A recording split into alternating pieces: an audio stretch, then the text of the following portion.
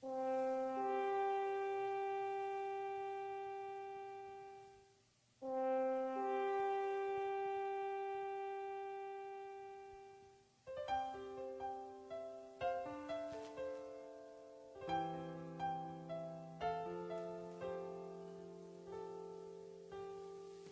ang iyong mga mata, gumising na at magsaya. Kalimutan na ang problema, tayo na't magpuri kay Jesus. Buksan ang iyong mga mata, Gumising na at magsaya, kalimutan na ang problema. tayo na't magpuri sa Kanya.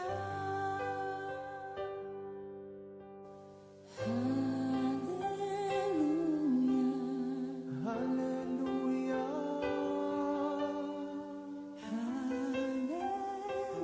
hallelujah,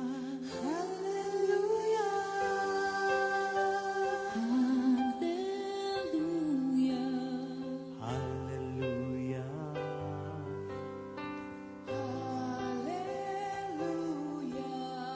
hallelujah, hallelujah.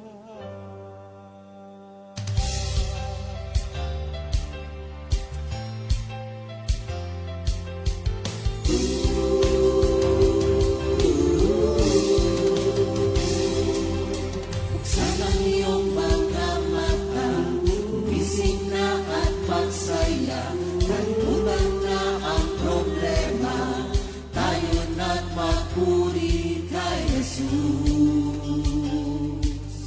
Buksan ang iyong mga mata, gumising na at magsaya. Kalimutan na ang problema, tayo na't magpuri sa Kanya. Hallelujah, hallelujah, hallelujah, hallelujah, hallelujah, hallelujah, hallelujah, hallelujah. Buksan ang iyong mga mata, gumising na at magsaya. Kalimutan na ang problema, tayo na't magpuri kay Jesus. Buksan ang iyong mga mata, gumising na at magsaya. Kalimutan na ang problema, tayo na't magpuri sa Kanya. Hallelujah, hallelujah, hallelujah, hallelujah, hallelujah,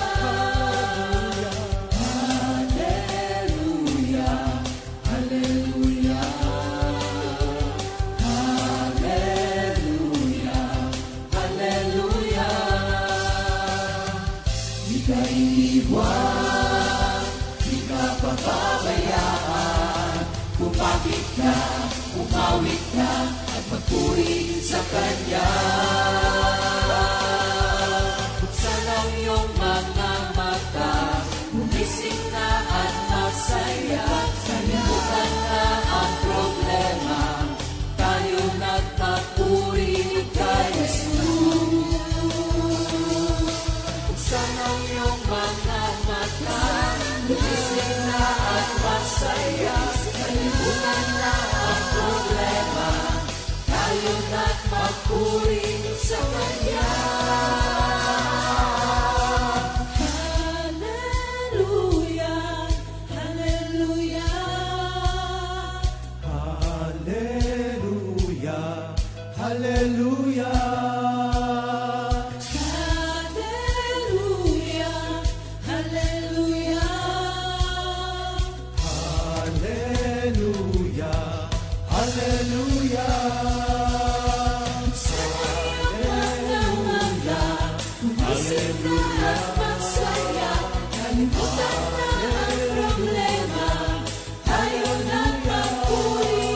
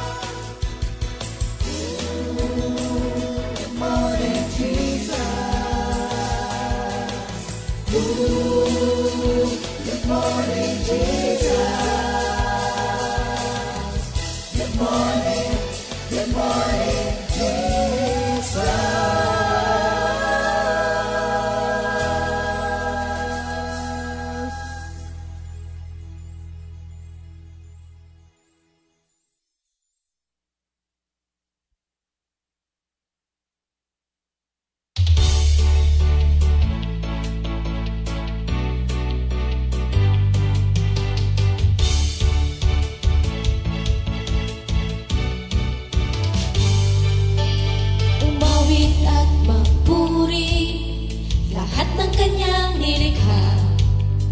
Ang buhay kong talay sa kanya nagmula. Ang buhay ko ngayon binago niyang lubos. Kaya't ako'y magpapasyang sumunod kay Jesus. Umawit at magpuri lahat ng kanyang nilikha. Ang buhay kong talay sa kanya nagmula. Ang buhay ko ngayon binago niyang lubos. Kaya't ako'y magpapasyang sumunod kay Jesus. Lahat ng may buhay sumigaw ng O Yahweh. Lahat ng may buhay dapat masaya. Lahat ng may buhay itaas ang kamay at magalak ka sa Panginoon.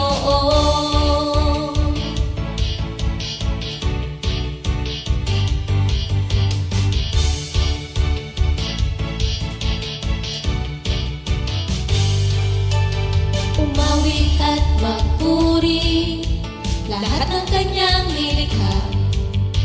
Ang buhay kong taglay sa kanya nagmula. Ang buhay ko ngayon binago niyang lubos. Kaya't ako'y magpapasyang sumunod kay Jesus. Lahat ng may buhay sumigaw ng O Yahweh. Lahat ng may buhay dapat magsaya. Lahat ng may buhay itaas ang kamay at magalak ka sa Panginoon. Ano man ang iyong kalagayan, ito ay batid ng Diyos. Kamangha-mangha ang kanyang mga gawa. Okay, buti mo, Panginoon. Lahat ng may buhay sumigaw ng O Yahweh. Lahat ng may buhay dapat magsaya. Lahat ng may buhay itaas ang kamay at magalak ka sa Panginoon.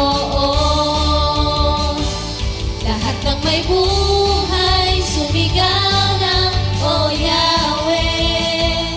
Lahat ng may buhay dapat masaya. Lahat ng may buhay itaas ang kamay at magalak ka sa Panginoon. At magalak ka sa Panginoon. At magalak ka sa Panginoon.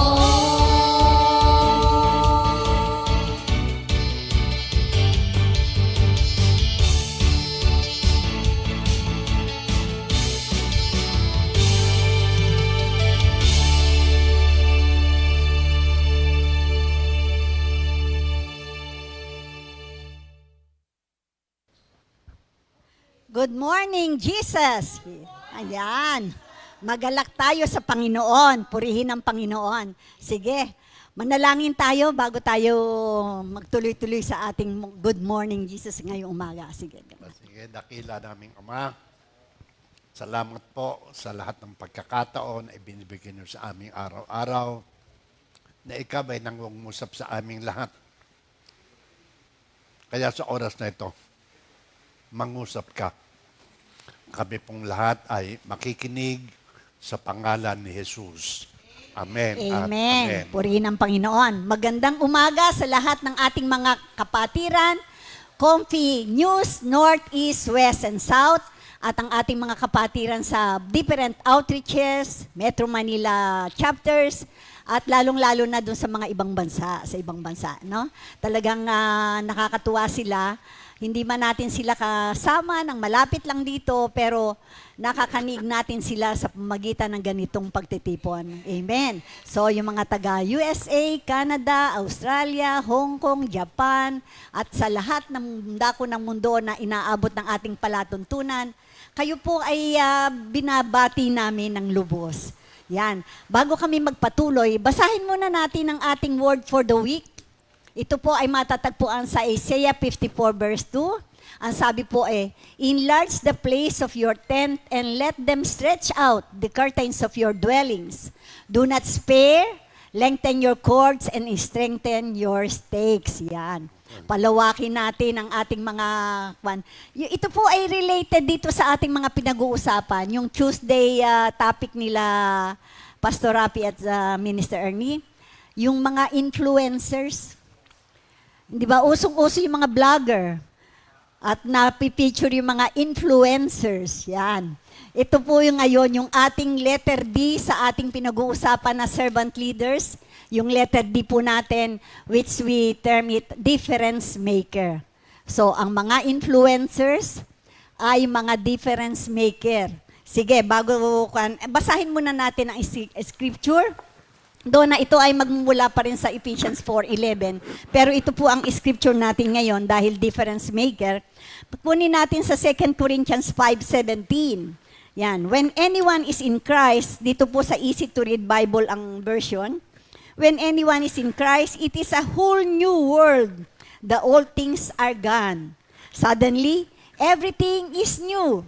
All this is from God through Christ. God made peace between Himself and us. And God gave us the work of bringing people into peace with Him. Purihin ang Panginoon. Sige, manalangin tayo, Pastor, sa ating word. Dakila naming Ama, salamat po sa pagkakaisa-isa namin sa kabila ng lahat ng aming pagkakaiba-iba. You bind us together, O God, to be your people.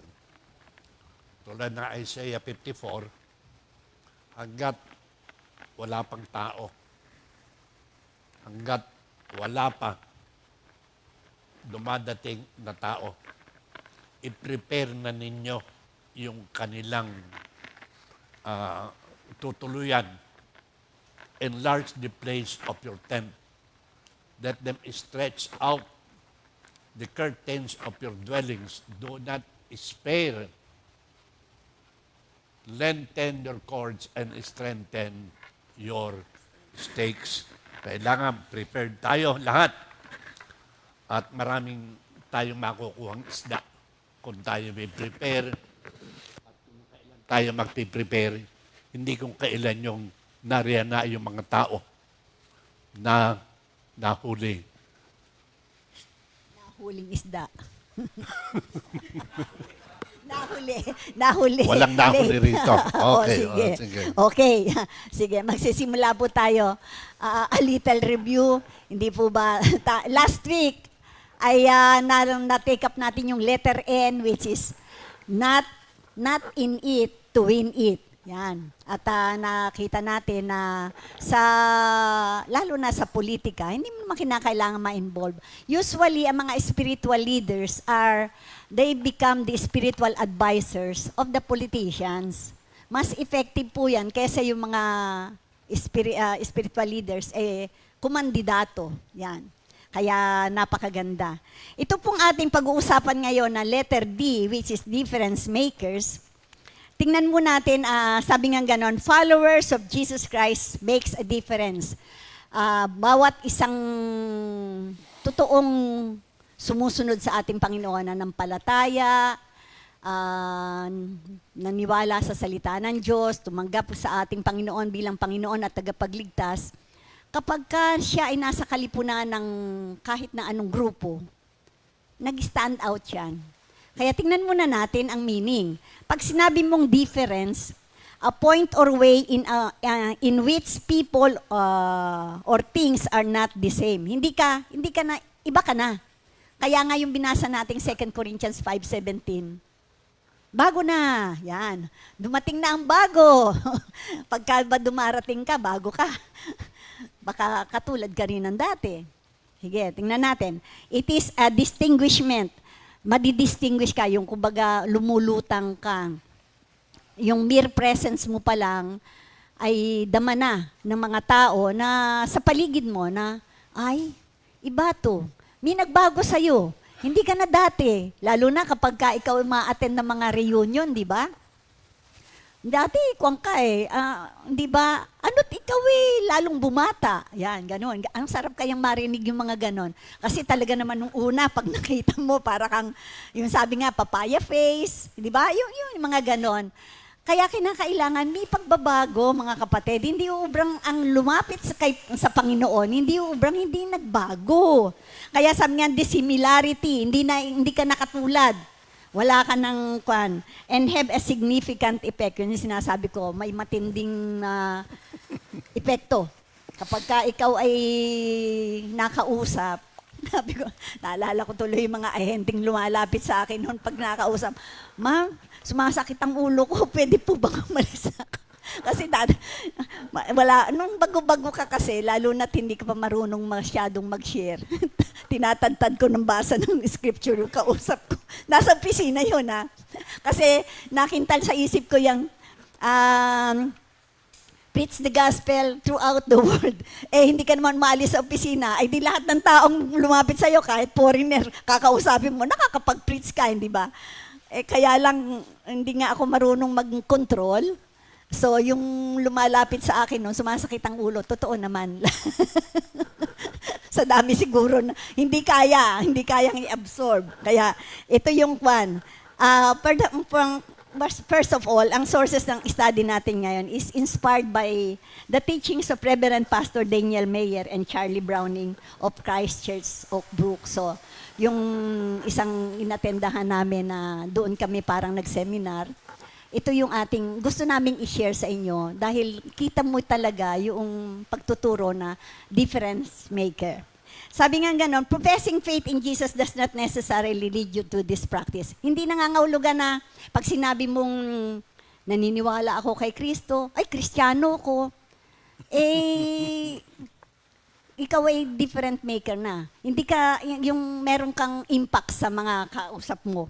Sabi nga ganon niya, many who profess they are Christians fail to live with the name of Christ. Kasi sinasabi mo lang Kristiyano ka, totoo.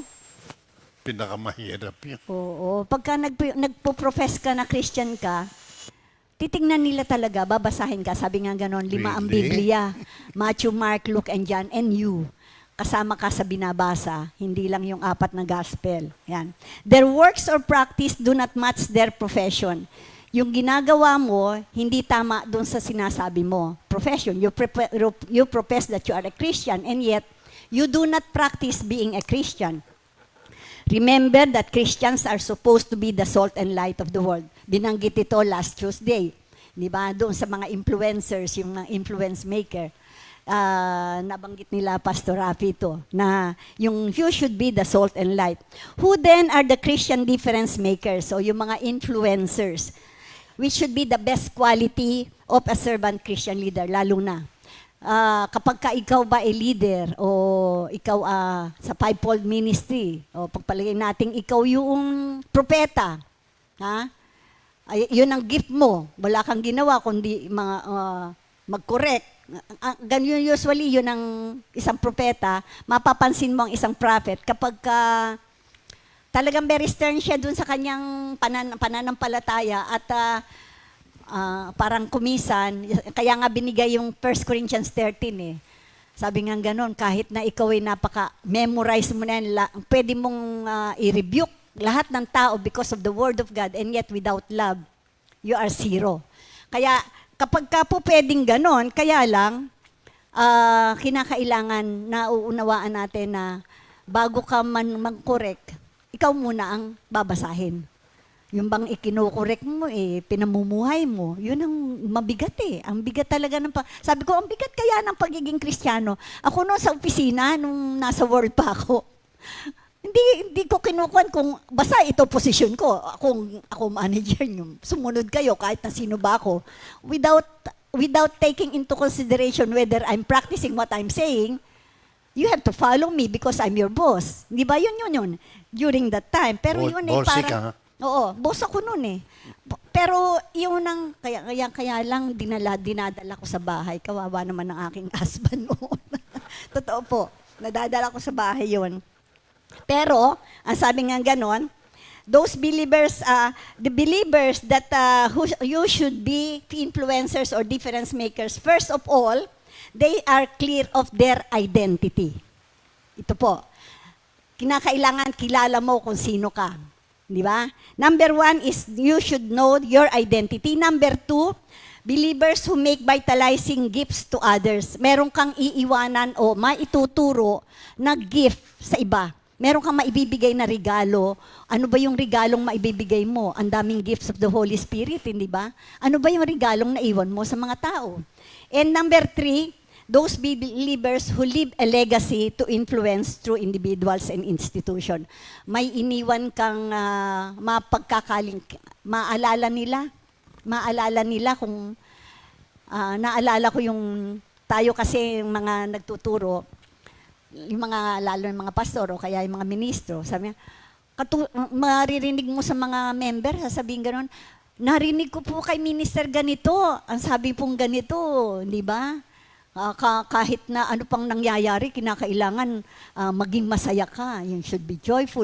So, nako-quote po, yung mga sinasabi natin, mako-quote tayo, kung mali yung sinabi mo, at yun ang na-pick up, di ba? Napakabigat. Yun ang pagbabasihan. So, out of these 3, isa-isahin natin. Kasi medyo mahaba po ito, kaya Sige, kukanin lang natin para mabigyan ko ng pagkakataon. Kasi ang legacy ang kukunin ni Pastor.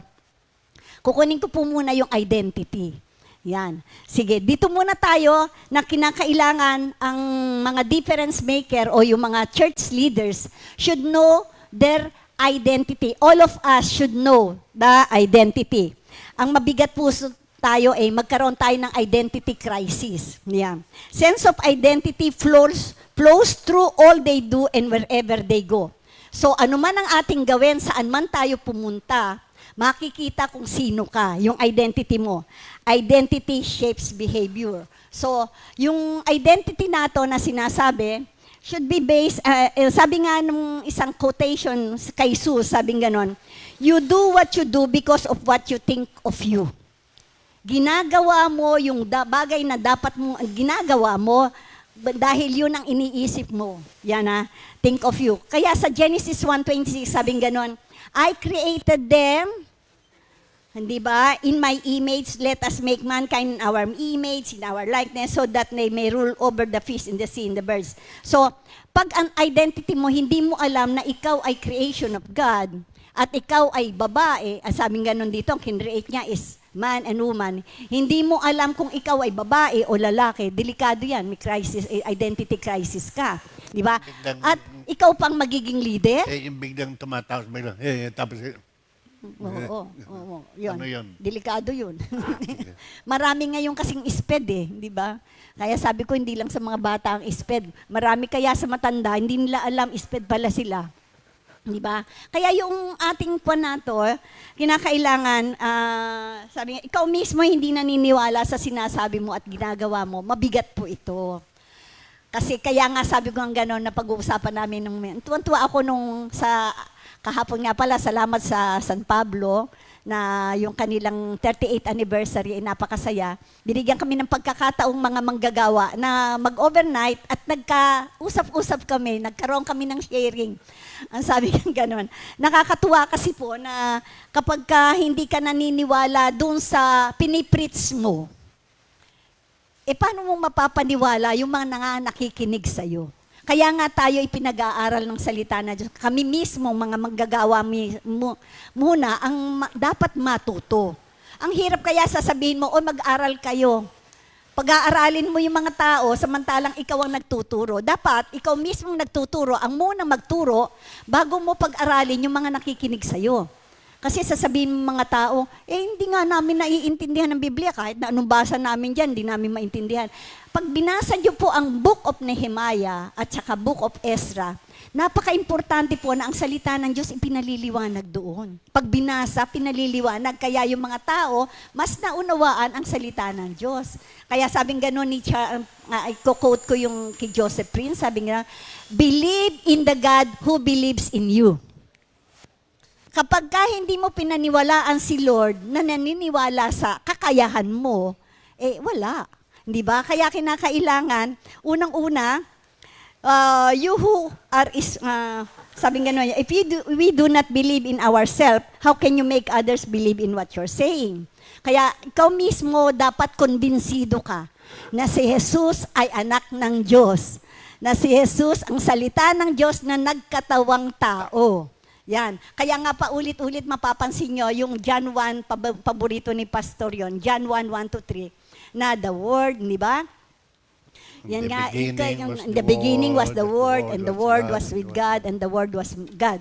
Kaya yung salita na yon, kinakailangan the Word became flesh and dwelt among us. So, kinakailangan memorize natin by heart na yon. Kaya, ang sabi pang gano'n nung isang nag-quote, who you are speaks so loudly that I cannot hear what you say. Sabi nga, yun nga. Kung minsan, pagka hindi natin binantayan ang ating mga sarili at tayo'y may ginagawa, kahit na anong preach mo, hindi nila mapaniwalaan. Kasi mas nakikintal, alam nyo, action speaks louder than words. Kung ano yung ginagawa mo in action, mas yun ang kumikintal sa tao kesa dun sa mga sinasabi mo. Sa totoo lang. Mas naiiwan po yun. Yun po yung nakakintal. Lalo na, ang bait-bait mo, papakabait ka, bigla kang nambuntal. Sabi, yung mga Kristo, nag-aaway. Di ba? Ang nakintal na doon, yung nag-aaway kayo at nambuntal ka. Di ba? Napakabigat nun. Kaya, yun na po. Kaya sabi nga nun, first and foremost, how do you know who you are? What is your real identity? Being a leader, what kind of identity should you project?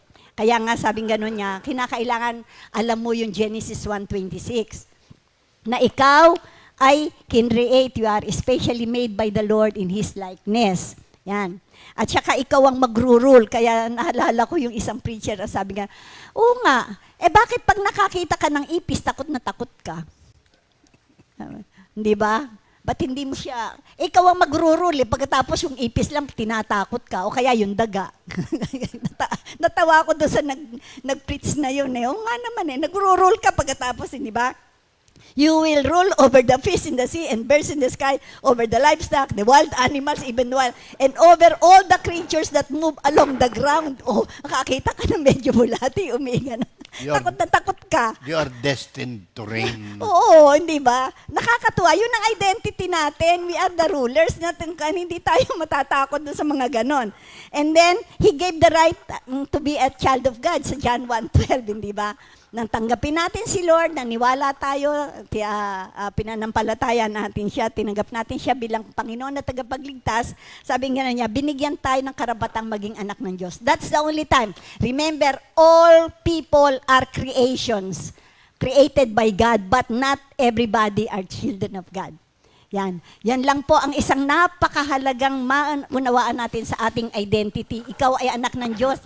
Pag tinanggap mo si Kristo, kakaiba ka.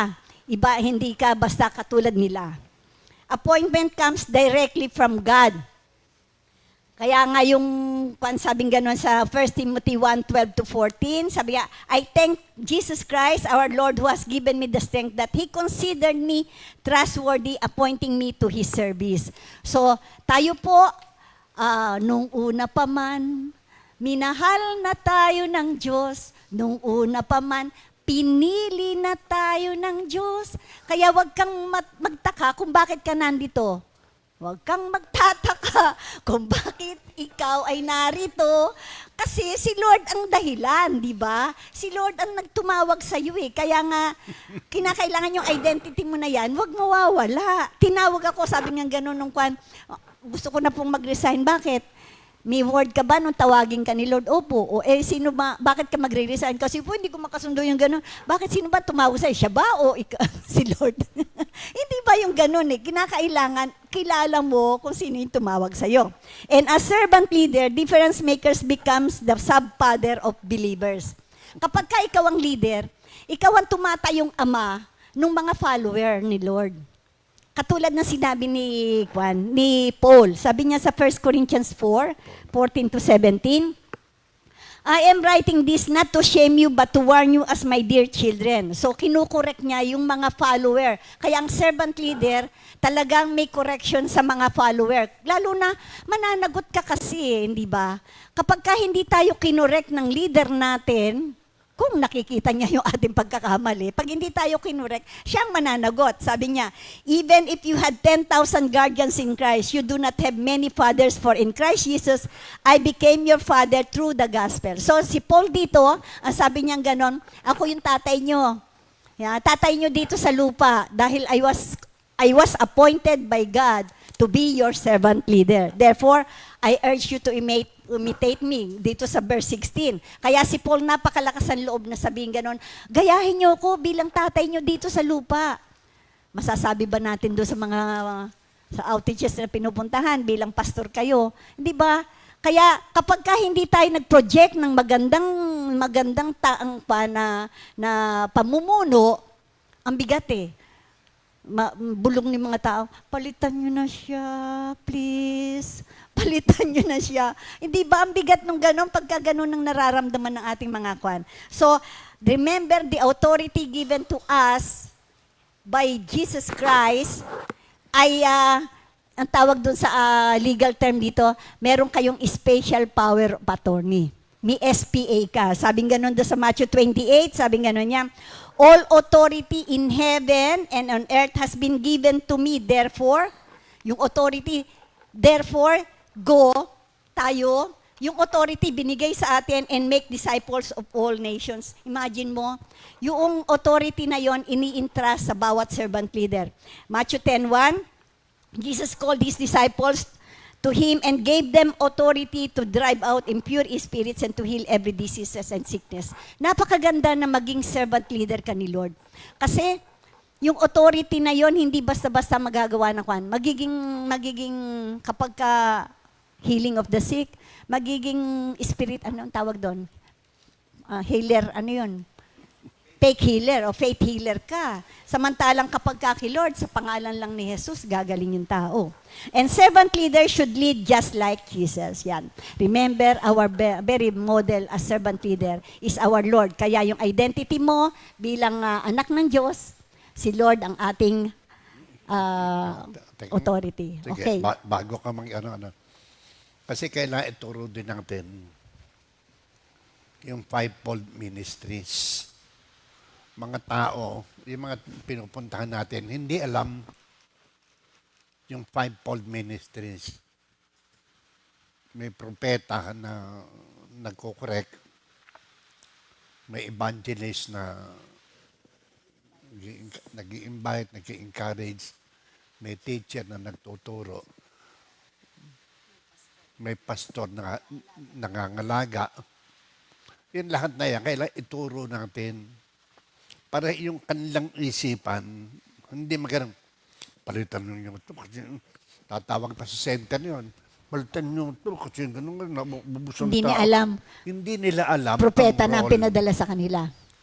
Yun lang dapat maunawaan ng mga tao na hindi nagkamali ang Diyos ng pagpapadala. Kasi yung leader noon ang nakakaalam kung sino yung prayer group na yon.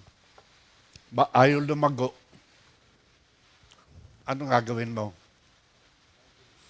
Papadala ka evangelist. Di ba? Pag masyadong marami, at nagkakaroon na ng tawag doon, Teacher na at saka pastor. meron silang tinatawag natin na yung bridge contempt. Familiarity, bridge contempt. Ganun na. Oo.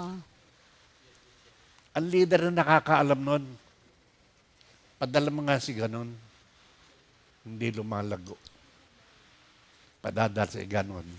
Kailangan malaman, maituro doon sa kanila na huwag nilang, hindi sila dapat manguna kasi merong nangunguna na leader ng church na nakakaalam, nakakaunawa ng need ng isang cell group o ng isang prayer meeting. Amen. Maliwanag. Ha? Yan. Okay. Sige. Kaya masarap talaga na iba-ibang ministro ang namibit ng mga bawat grupo para sabi nga gano'n, iba-ibang putahe. Kasi talaga namang iba-iba ang gift, hindi ba? Nakita natin. Tayo mismo mga manggagawa, nakikita natin yan. So, if the servant leader fully understand his identity and position when he or she was called, his mere presence will make a difference in his life. So, yung nakakaalam ng kung sino siya, for sure, you will make a difference. Magiging kwan ka. Alam mo yun. Kasi pag let's say, pumunta ka sa isang grupo, na isang party, na naimbita ka, di ba? Brother, gusto ko sa birthday ng anak ko. Pagkatapos dumating ka, maraming nagiinuman. O baka mamaya, eto na rin, nakikiinom ka na rin. Ganun ba yun? Kasi yun, kinakailangan maiba ka. Makita nila na ikaw ay lingkod ng Diyos. Pag doon ka, ang dami kayang nagsishare na kapag ka dumating, alam na ikaw ang naglilid ng prayer meeting doon sa grupo na yan, nagliligpitan sila ng mga inuman nila, hindi ba? So, yung mere presence ng isang servant leader ay nagko-convict doon sa mga taong nakapaligid sa kanya. Mere presence. Mere presence. Yan. Nagko-convict na sa kanya. Ngayon, iwanan natin tong identity. I think, alam na natin to. Madali nating maunawaan. Punta tayo sa gifts to others. Ang sabing ganun dito, reflective question. What gift do you have to offer to the world? What gift? Anong ang maaari mong iwanan na regalo? Meron kasing itong difference na word. Merong isang word na deference. Deference. D-E-F-E-R-E-N-C-E. Ang meaning po naman ng deference is putting the welfare of others ahead of your own personal pleasures.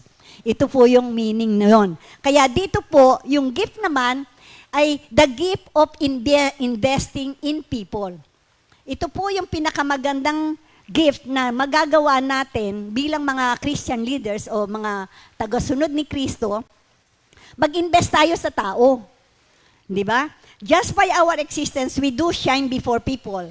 They can see Jesus in you. You are the salt and light of the world. Kaya makikita ka. Ano yung salt? Pang-preserve yan. Panglasa, pangpan. Pampalasa talaga. Pampalasa talaga yan.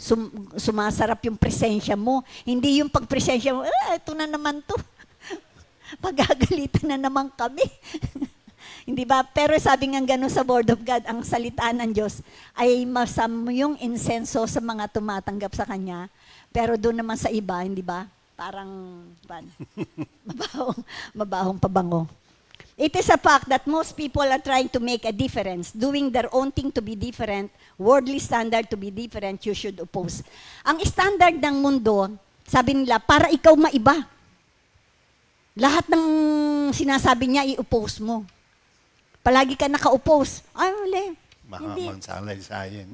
Oo, mahabang Yun yung usapan to. Difference. Tsaka yung, to make a difference, you should oppose. Ito po yung sa mundo. Yung judgment and fairness. Masa panan yun.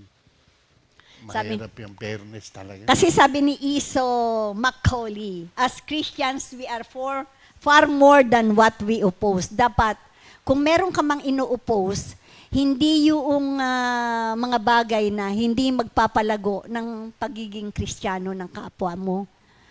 Kasi maari namang mag-oppose ang isang Kristiyano sa mga bagay na makakasira sa pagiging Kristiyano niya. Di ba? Hindi porkit pagpalagay natin, ayun na nga, inaimbita kang manigarilyo o kaya matagal ka nang hindi mo ginagawa yon. How can you do that? You can oppose, di ba? Pwede mo i-reject in a nice way.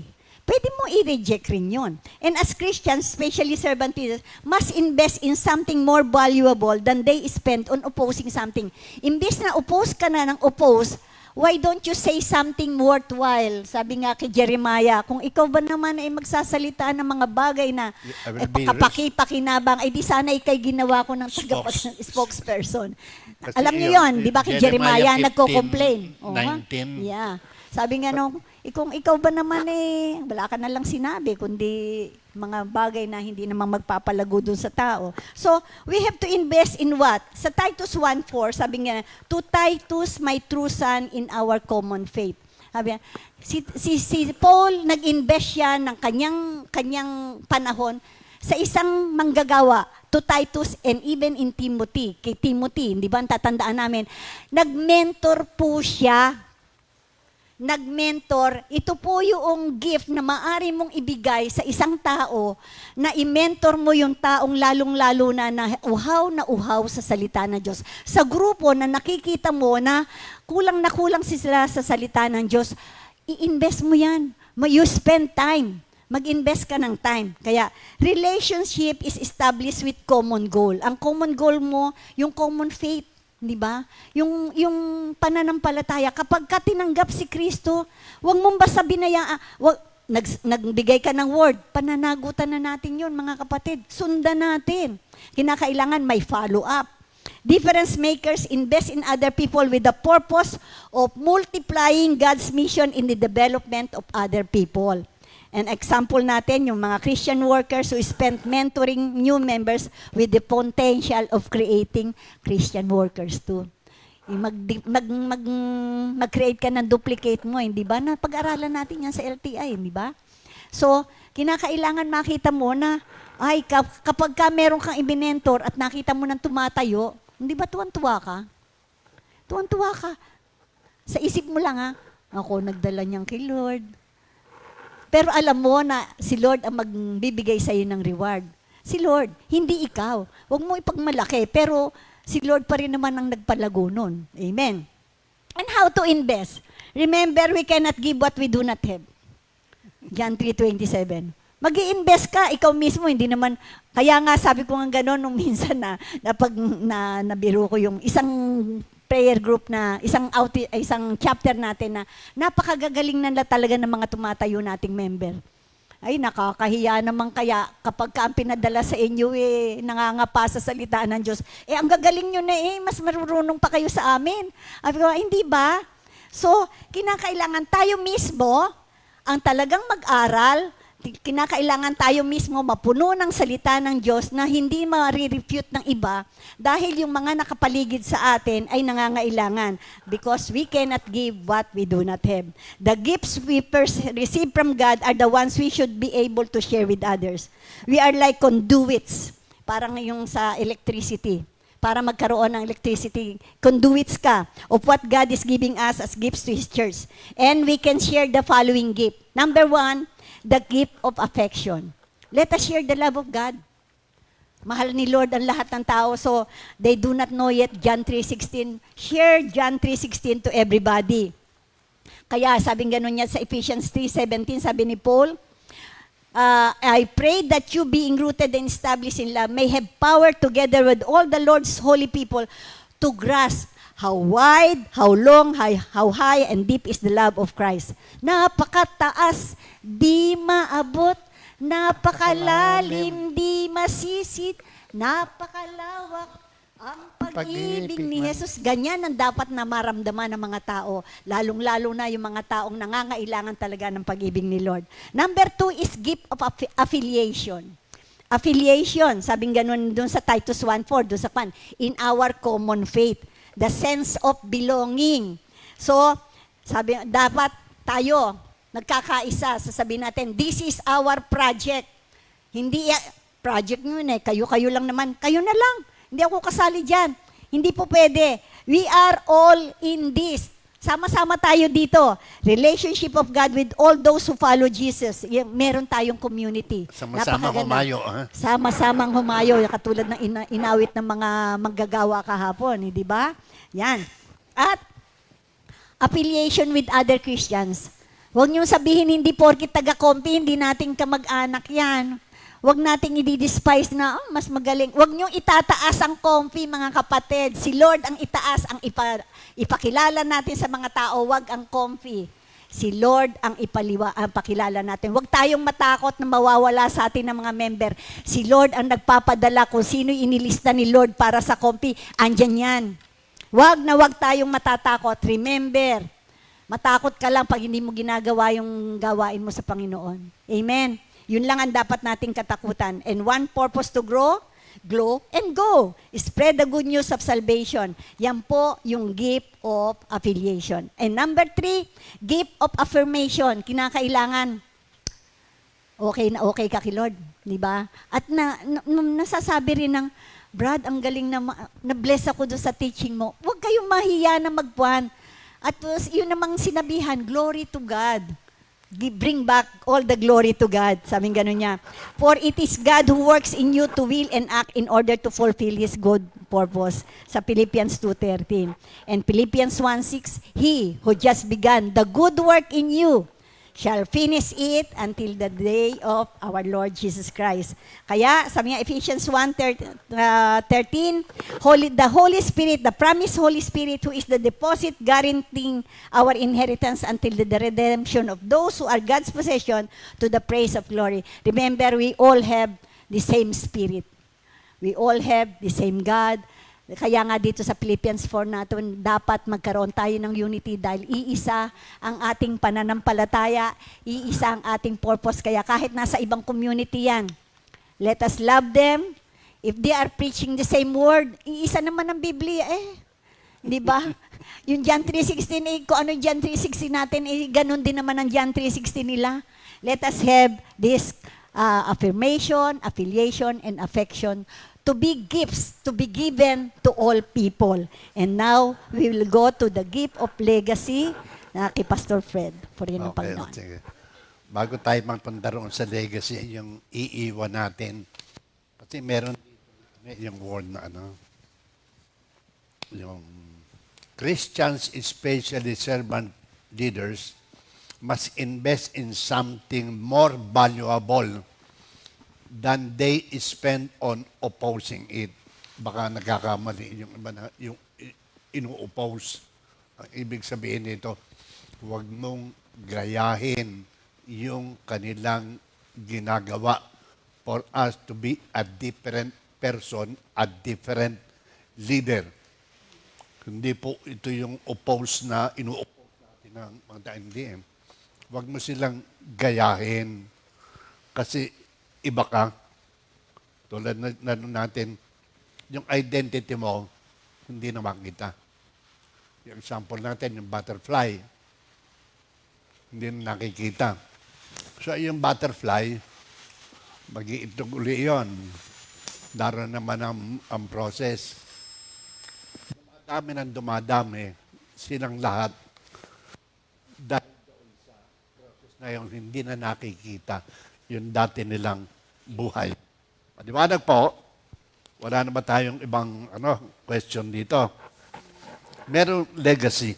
Ito yung ating inheritance, heritage, birthright, gift. Ito yung legacy ni Peter. 2 Peter 1, verses 1 to 15. Pakibasa mo. 2 Peter 1:10 to 15. Ito po ang sinabi ni Peter. Therefore, my brothers and sisters, make every effort to confirm your calling and election. For if you do these things, you will never stumble and you will receive a rich welcome into the eternal kingdom of our Lord and Savior Jesus Christ. So, I will always remind you of these things, even though you know them and are firmly established in the truth you now have. I think it is right to refresh your memory as long as I live in the tent of this body, because I know that I will soon put it aside as our Lord Jesus Christ has made clear to me. And I will make every effort to see that after my departure, you will always be able to remember these things. Things, ayun. Tingnan nyo, ano? I think it is right to refresh your memory as long as I live in this tent. Hanggat ako'y buhay, gusto ko i-refresh ninyo yung lahat ng mga natutuhan natin at ang lahat ng ating dapat nalaman, kailangan nasa isip na memorize. O hindi man natin na-memorize, na i-quote natin. Naalaala ko nga yung pinag-uusapan namin ni Minister Ernie kanina. Merong isang klaseng service dahil kasi hinuhuli yung mga unang-unang Kristiyano. Merong service na tinatawag na catacomb service. Ang catacomb service po ginagawa noong mga unang Kristiyano na pinapatay at pinag-uusapan ay walang iba kung hindi ang ating Panginoong Jesucristo. Kaya doon sa Joshua 1, meditate, memorize. Kapag ni isa man, 42 years, isa man lang, isa lang, para makapag-participate tayo sa isang service, meron kang memorize. Paano tayo makaka-augment doon sa mga tao na maraming nalalaman, di ikaw, naroon ka sa catacomb service, nasa dilim ka lang. Kaya kung hinihikaya tayong lahat, tayo lahat ng araw-araw, nakikinig, araw-araw, nagla-like, araw-araw, hindi nahuhuli. You participate also with us. Kasi kapag may natandaan ka, nakaka-participate tayo sa worship, sa prayer, at yung ating nagre-rejoice ka kasi alam mo yung word. Hindi pwedeng sabi sa akin ni Brother But, don't ever end your sermon without Jesus Christ. Tinatandaan ko yan. Bakit po? That is a dead sermon. Alam mo yun, kung mag-usap, kilala man yung mag-usap yun. Kapag ang inyong sermon hindi nagtapos kay Jesus Christ, your sermon, kahit nakaganong kahaba, it is a dead sermon because you are not giving glory to God. At hanggang ngayon, tinatandaan ko yun. Yun isa sa mga legacy na iniwan niya sa akin. Paul's legacy. Pagbasa mga. Paul's legacy, Philippians 1:20-24. I eagerly expect and hope that I will in no way be ashamed, but will have sufficient courage, so that now, as always, Christ will be exalted in my body, whether by life or by death. For to me, to live is Christ, and to die is gain. If I'm going to go on living in the body, this will mean fruitful labor for me. Yet what shall I choose? I do not know.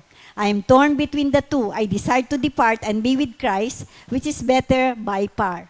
But it is more necessary for you that I remain in the body. Philippians 1:29-30.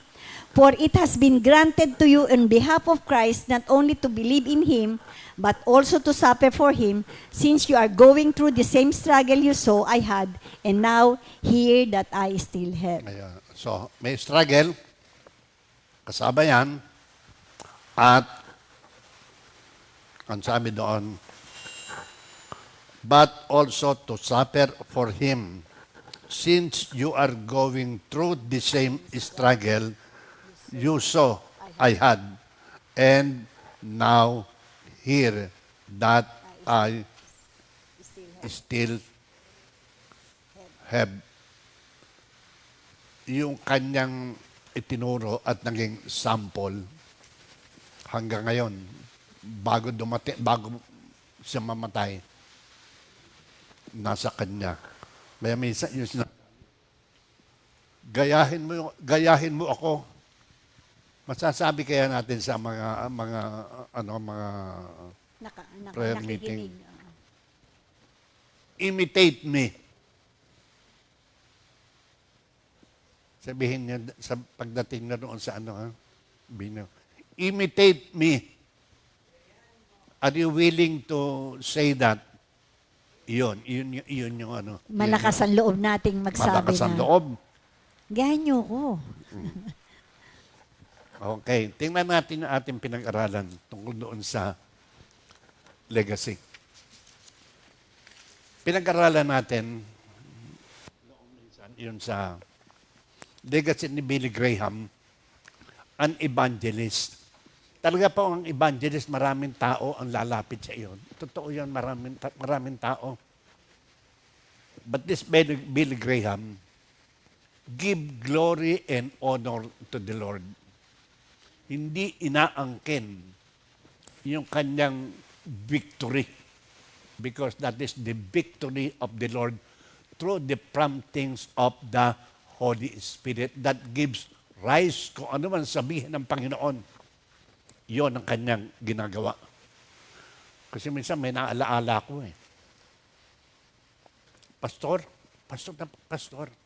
Mabasa ako ng bishop. Pastor Fred, ito yung kaibigan mong pastor.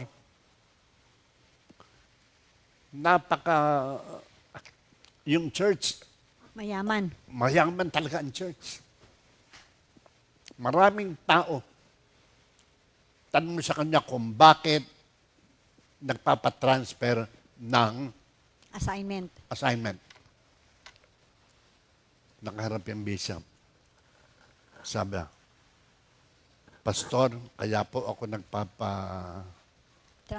Transfer. Isang bagay. Hindi ko maituro sa kanila ang pinatuturo ni Lord sa akin. Ano kaya ito? Napifeel ba rin ninyo na gano'n? Parang pag may itinuro kang oppose, yung sinasabi, oppose, o hindi dapat nilang gawin, pag itinuro mo, tumatawag para, paalis mo nga ito dito, parang ito. Oh, merong isang experience po kami yan sa aming kumpanya. Meron po kaming regular na, during the time nung nasa opisina ko, nagmimisa. All of a sudden, nawala siya, pinalitan siya. Minsan na-meet namin siya ulit. Pwede ba't hindi ka na bumalik sa amin sa company, nagmimisa? Pinadala ako sa Cagayan. Pinatapon ako doon. Ang salita niya, pinatapon. Bakit po? Nagturo kasi ako ng totoo Ano po yung tinuro nyo? Meron kasi yun sa ang nag-request sa kanya na para paalisin siya, yung mismo mga parishioner na tinamaan doon sa pagtuturo niya. Nagturo siya ng totoo, galing sa Bible, tungkol nga doon sa mga apparitions, yung mga ganyan, kasi ang pagkakasalita niya yata, nanggaling na kayo na Medjugorje, nakita nyo na yung araw, ganyan, nagbago ba kayo? Ganyan ang dating sa kanya. Yung ginanon, yun naman ay kasama sa preaching niya. Nasaktan yung mga parishioner, nasaktan yung mga nakikinig. So sila mismo ang nag-request na paalisin. So siya ay napunta sa probinsya. Nakita kami sa Tugigaraw. Oo. So, yun po ang isa sa nagiging, ito namang sinashare ni, alam ko maraming nagiging problema sa atin na sa mga grupo natin, naririnig naman yung Psalm 15, di ba? What God requires, lalong-lalo na sa pagpapatubo sa mga nangungutang. na nagpapautang ako, nakakatulong kaya ako. Pero wag ka, nagpapa-interest, mataas. Pagka ituturo, ganun kasi yung grupo nung pare na yon. So mabigat. Hindi niya makwan kasi talagang ire-request siyang matanggal dahil maraming tatamaan dahil kuminsan nasa loob ng, alam ko meron tayo isang kapatiran dati, nasa loob ng fellowship, nagsisingilan. Hindi ka pa nagbabayad, weekly kasi bayad eh. So naunay singilan. Napakabigat po nun. So yung bang legacy nating iiwanan? Yan. So, yung ba? Ang turo nga kasi is magturo ka ng tama, whatever it takes. Ang mame, sige, ano yung... Pero ang ano doon, Do it with love. wisdom talaga, Wisdom. with love. Talagang, marami. Ayoko, pumuntan tayo sa legacy. Sabi ni Billy Graham, ito yung kanyang legacy. I am convinced that the greatest love we can ever perform for the people is to tell them about God's love for them in Christ. Sabihin mo lang yung pag-ibig ng Diyos sa kanila. Number 2, ito yung legacy niya. The world was his parish. The cross was his center. The heart was his target. The church was his platform for all denomination. If you speak good works, you will be my spokesman. Yung sinasabi ni Sister Nilda kanina. For we are ambassadors of Christ. Therefore, who is new, bago na. 2 Corinthians 5:17 are called ambassadors of Christ. Yung founder natin, umalis na, umuwi na kay Lord. Marami siyang iniwan legacy sa akin personally. Ewan ko sa inyo. Siguro dahil doon sa record ko. Mahal ako noon. Kasi yung aking record, yung aking nakaraan, kaya siguro ako mahal. Unang-una, yung kanyang faith. Alam ba niyo yung kanyang faith? Sobra. Namimili ng walang pera yon. Ang dala niya, kanyang faith. Kaya tayo merong ganitong worship center. Sabi sa akin, Fred, pinagtatawanan tayo ni Brother Bart. Bakit? Mamimili na naman kayo ng walang pera. Sabi, hindi ba pagbalik natin, may susi tayo? May word ka ba? Opo.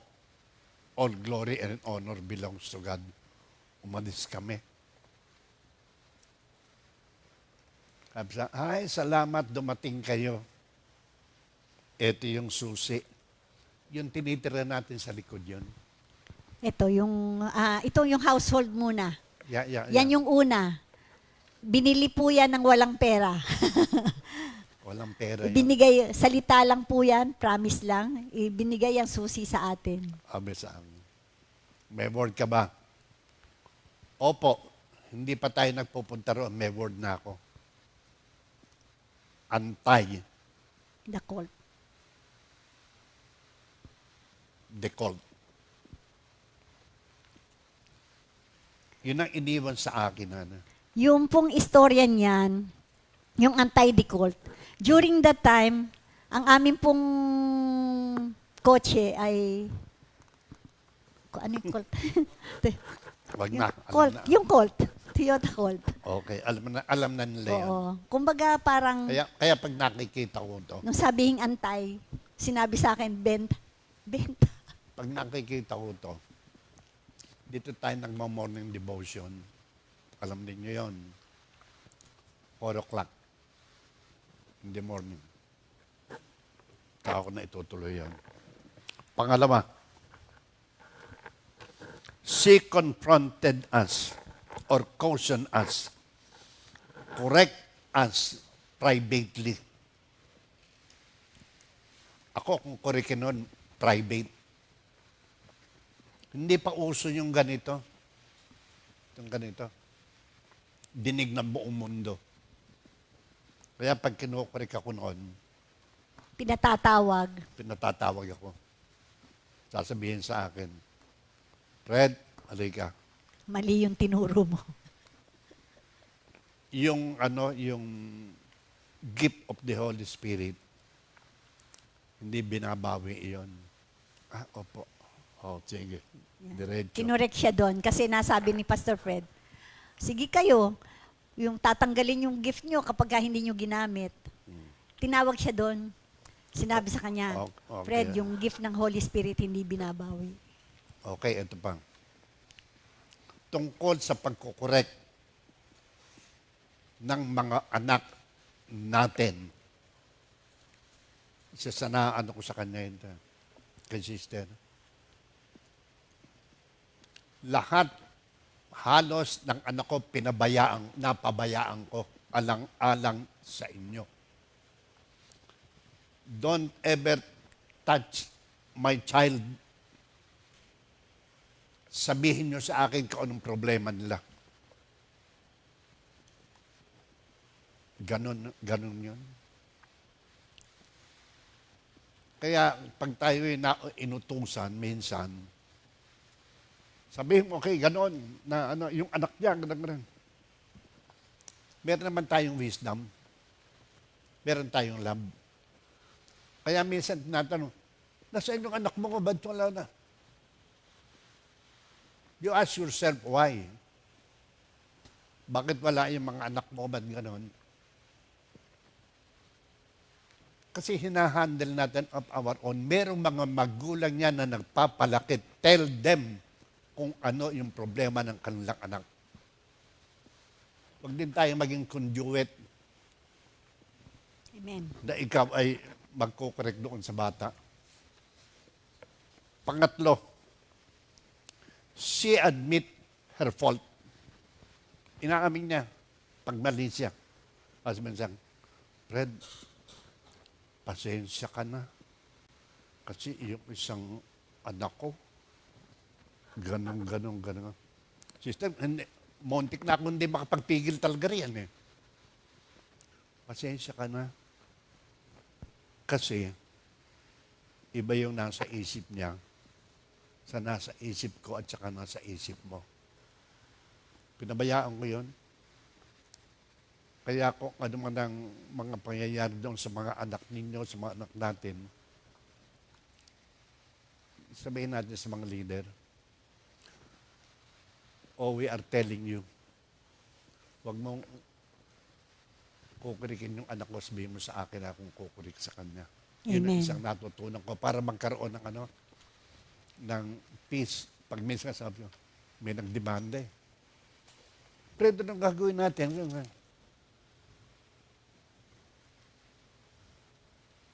For peace sake, sister. Bayaran mo na 100,000. Meron siyang maling information sa inyo. Binayaran. Tapos.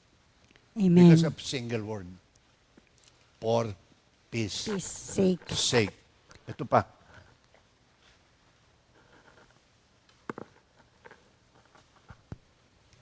Ini-encourage na tayong lahat. Ako ini-encourage ako. Yung bully, usong-uso dito yun, di ba? Usong-uso. Yung binubully mo, binibiro mo. Hindi na pwedeng bully ngayon kasi marami ako nakikitang binubully kahit nasa lugar, marami. Ang nagiging ng mata ba? Ganon. Kasi binubully eh. Ngayon, tayo. Kapag tayong lahat meron tayong diferensya. Sasabihin ni sister sa akin, anak, halika. Hindi ko patuturo sa iyo Hebrews 13. Kasi hindi ka pa nakakaahon doon. Hindi sumasama loob ko. Kasi tinutuloy kong magulang. Okay. Pero itong tandaan mo, isa ito sa magiging ministry mo. Balang araw, malalaman mo yung sinasabi ko sa iyo. Pag mayroong mga members, And true enough, naging ministry nga namin. pag mayroong mga members, may mga members, na may mga problema, alam na niyo yung mga problema. Pag may problema, yung yung aking sarili, gusto ko kung ano yung ginawa sa akin na pag-i-encourage, gusto kong maka-encourage din ng ibang tao. Purihin ng Panginoon. True enough, hanggang ngayon, natutuwa yung mga mag-asawang iyon. Recently, ayoko na. Bakit?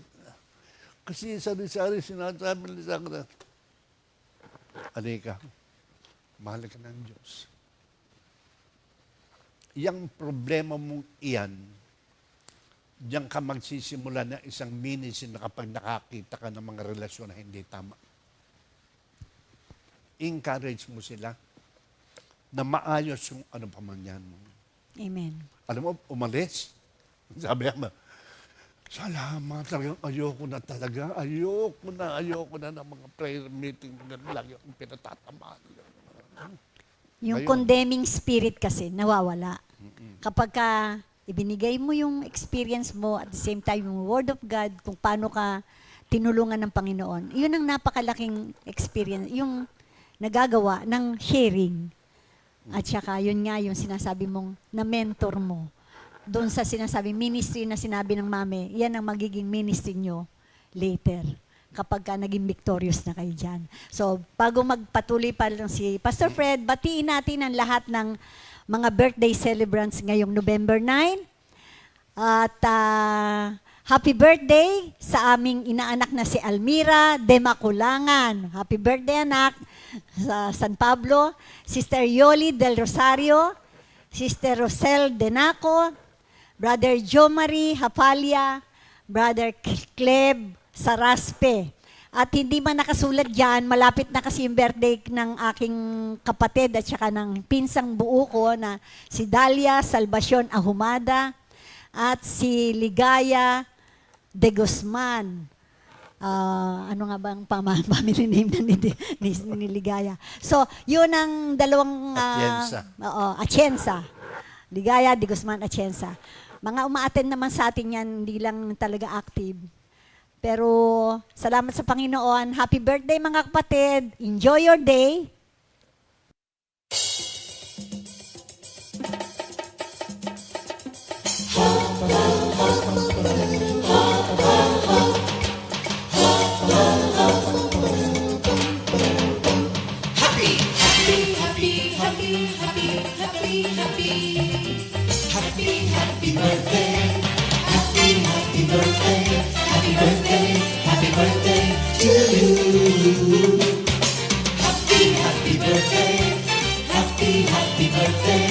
Happy birthday! Happy birthday to you.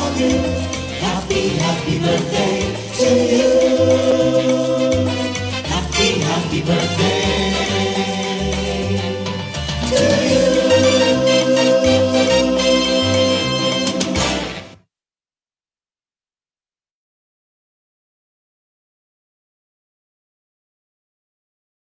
Yan. Sige. Happy birthday and enjoy your day. At makinig muna tayo rin sa repeats new song of the week sa Psalm 16 composed by Sister Connie Caudilia.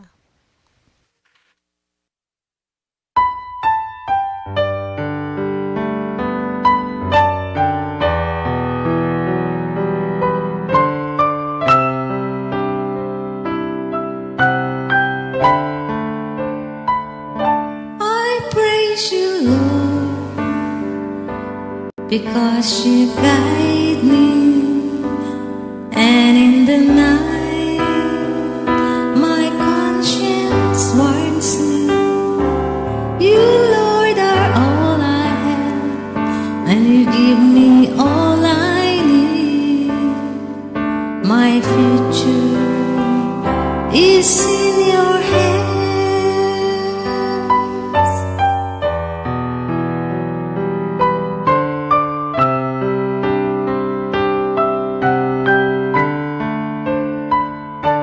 I praise you, Lord, because you guide me, and in the night my conscience warns me. You, Lord, are all I have, and you give me all I need. My future is in your hands. You will show me the path that leads to life. Your presence fills me with joy and brings me pleasure forever.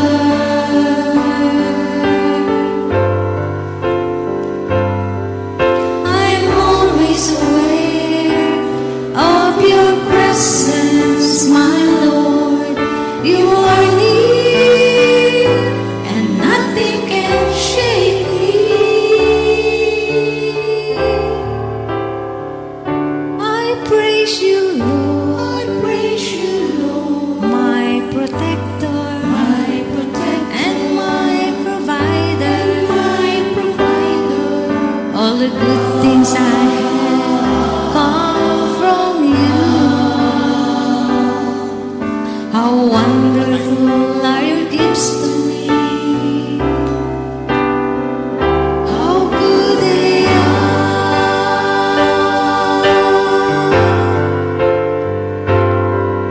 You will show me the path that leads to life.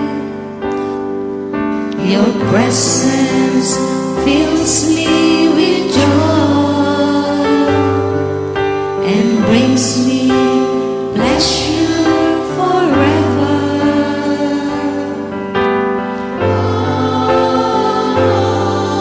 I am always aware of your presence, my Lord. You are near, nothing can shake me. Nothing can shake me.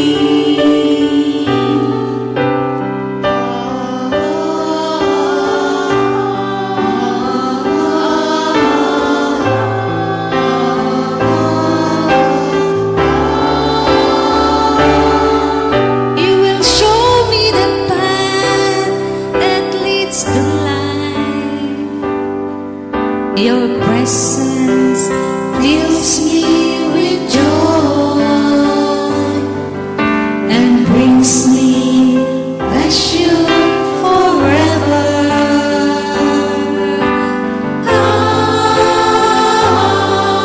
I am always aware of your presence, my Lord.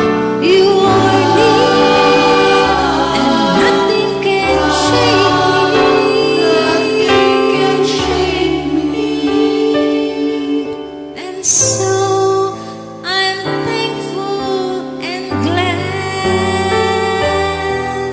and I feel completely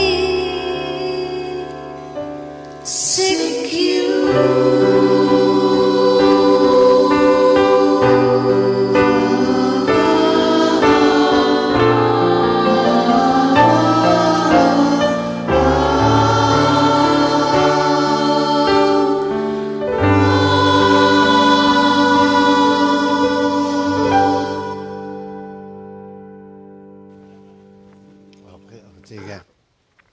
Huling-huli, kasi doon sa John 15:7, if you remain in me and my words remain in you, you can ask for anything else and you shall have it. Amen. Thank Itong mag-asawa, Kahit nakating gabi yun, tatawag sa akin yun. Fred,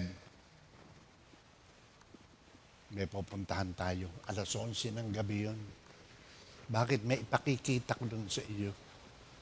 Yung mga taong nakadinig ng salita ng Diyos at hindi pa nagbabago, may consequence yan. Dinala ko sa ano.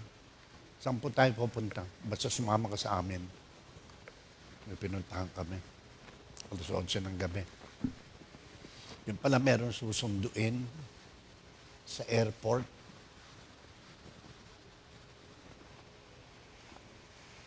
Makita namin, dumating yung mahal na sa buhay.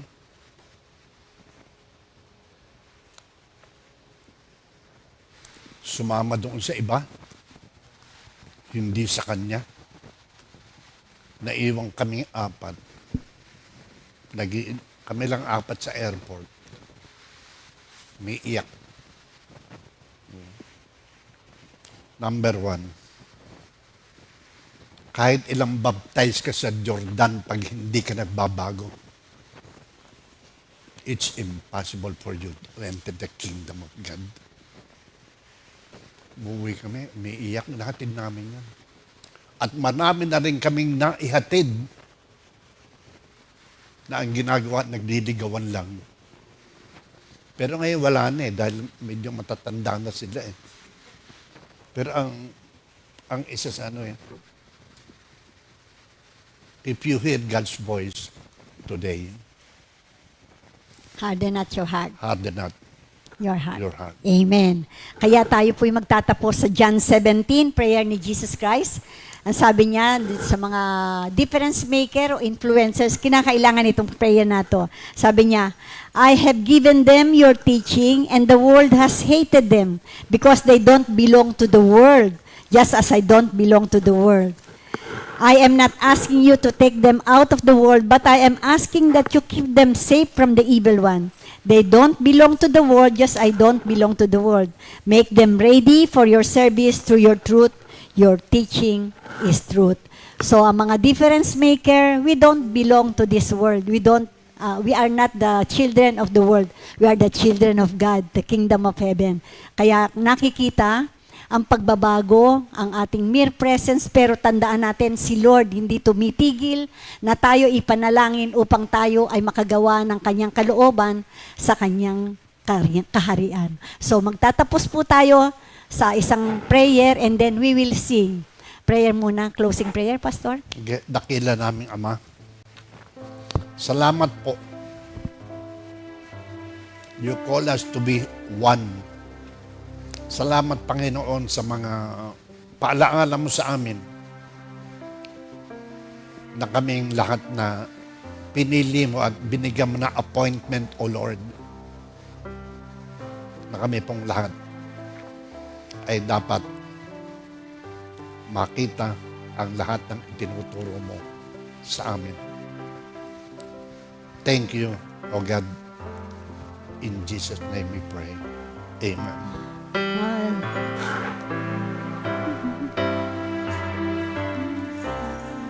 Amazing Grace. Amazing Grace, how sweet the sound that saved a wretch like me. I once was lost, but now I'm found. Was blind, but now I see. Purihin ang Panginoon. Magandang umaga po mulit mga kapatid. Bukas po ay may GMJ pa. Purihin ang Panginoon. Bye for now. God bless everybody. 2 Timothy 2:2. Hallelujah. 2 Timothy 2:2. Praise the Lord. 2 Timothy 2:2. You and me, let us proclaim the gospel. 2 Timothy 2:2. Hallelujah. 2 Timothy 2:2. Praise the Lord. 2 Timothy proclaim the gospel